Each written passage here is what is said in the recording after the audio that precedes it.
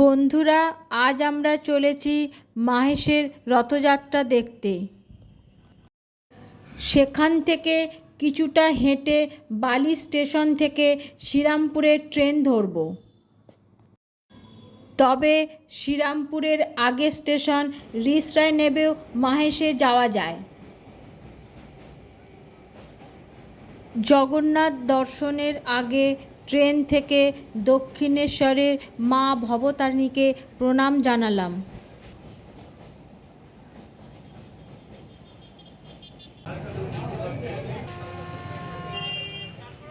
বন্ধুরা, আমরা এখন শ্রীরামপুরে চলে এসেছি। আমরা যাব মাহেশের রথ দেখতে। দেখুন কীরকম প্রচণ্ড ভিড়, সবাই যাচ্ছে। শ্রীরামপুর স্টেশনে নেমেই দেখলাম দলে দলে লোক চলেছে মাহেশের রথ দেখতে। স্টেশন থেকেই মাহেশে যাবার জন্য টোটো পাওয়া যায়, কিন্তু ভাড়া পড়বে জনপ্রতি 20 টাকা।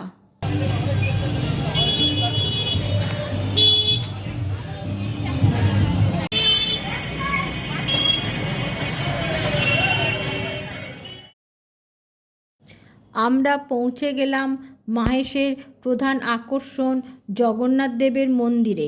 বন্ধুরা, আমরা এখন দাঁড়িয়ে আছি শ্রীরামপুরের অন্তর্গত মাহেশের মন্দিরের সামনে। এটা হচ্ছে জগন্নাথ মন্দির এবং পুরীর পর এটা হচ্ছে দ্বিতীয় এবং ভারতের প্রাচীন দ্বিতীয় রথযাত্রা। এইখানে দেখুন,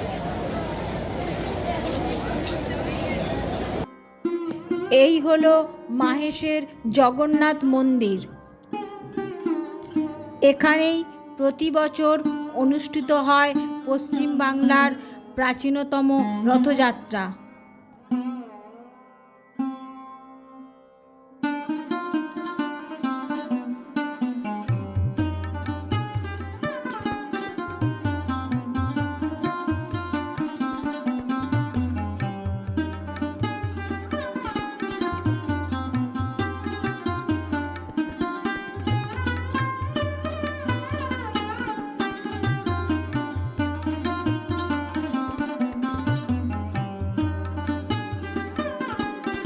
শোনা যায় শ্রীচৈতন্যদেব পুরীতে যাবার আগে এই মন্দির দর্শন করেছিলেন।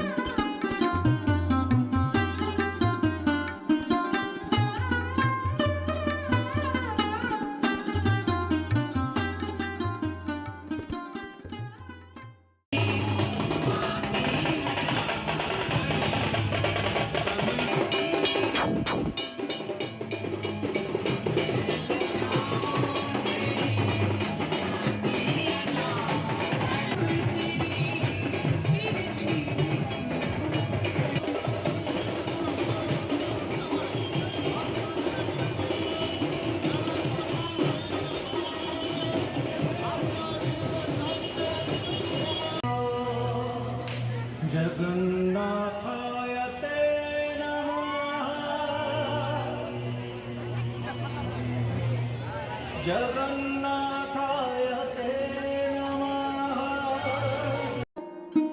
আমরা এবার এগোলাম মাহেশের বিখ্যাত রথের দিকে।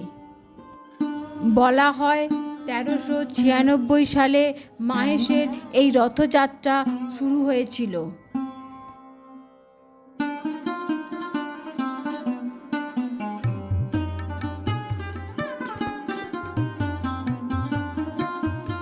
মাহেশের রথযাত্রার পিছনে একটি কাহিনী রয়েছে। শোনা যায় ধ্রুবানন্দ নামে একজন সাধক সারা ভারতবর্ষ পরিভ্রমণ করে পুরীতে গিয়েছিলেন। তিনি জগন্নাথকে নিজে হাতে ভোগ খাওয়াতে চেয়েছিলেন, কিন্তু পুরীর পাণ্ডারা তাকে এই কাজে বাধা দেন। ফলে তিনি অত্যন্ত হতাশ হন। একদিন জগন্নাথ দেব তাকে স্বপ্নে দেখান নদী থেকে একটি নিম কাঠ ভেসে আসবে, ওই নিম কাঠ দিয়ে তুই আমার মূর্তি তৈরি কর, আমি তোর হাতে ভোগ খেতে আগ্রহী। একদিন সত্যি তিনি নদীতে নিম কাঠ পান এবং জগন্নাথ দেবের মূর্তি তৈরি করেন। তখন থেকেই মাহেশের এই রথযাত্রার প্রচলন হয়।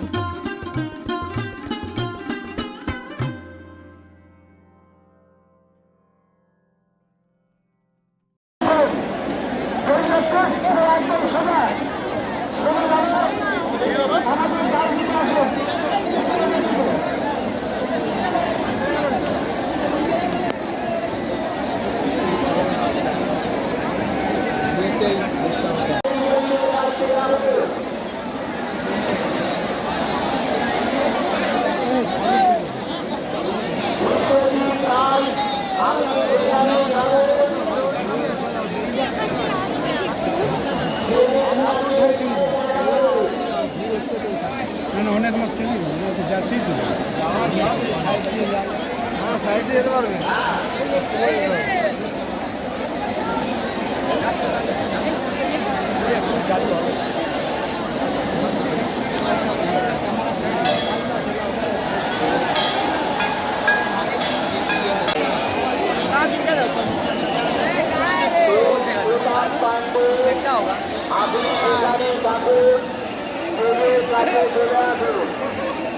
আপনারা যারা জগন্নাথ দর্শনে এসেছেন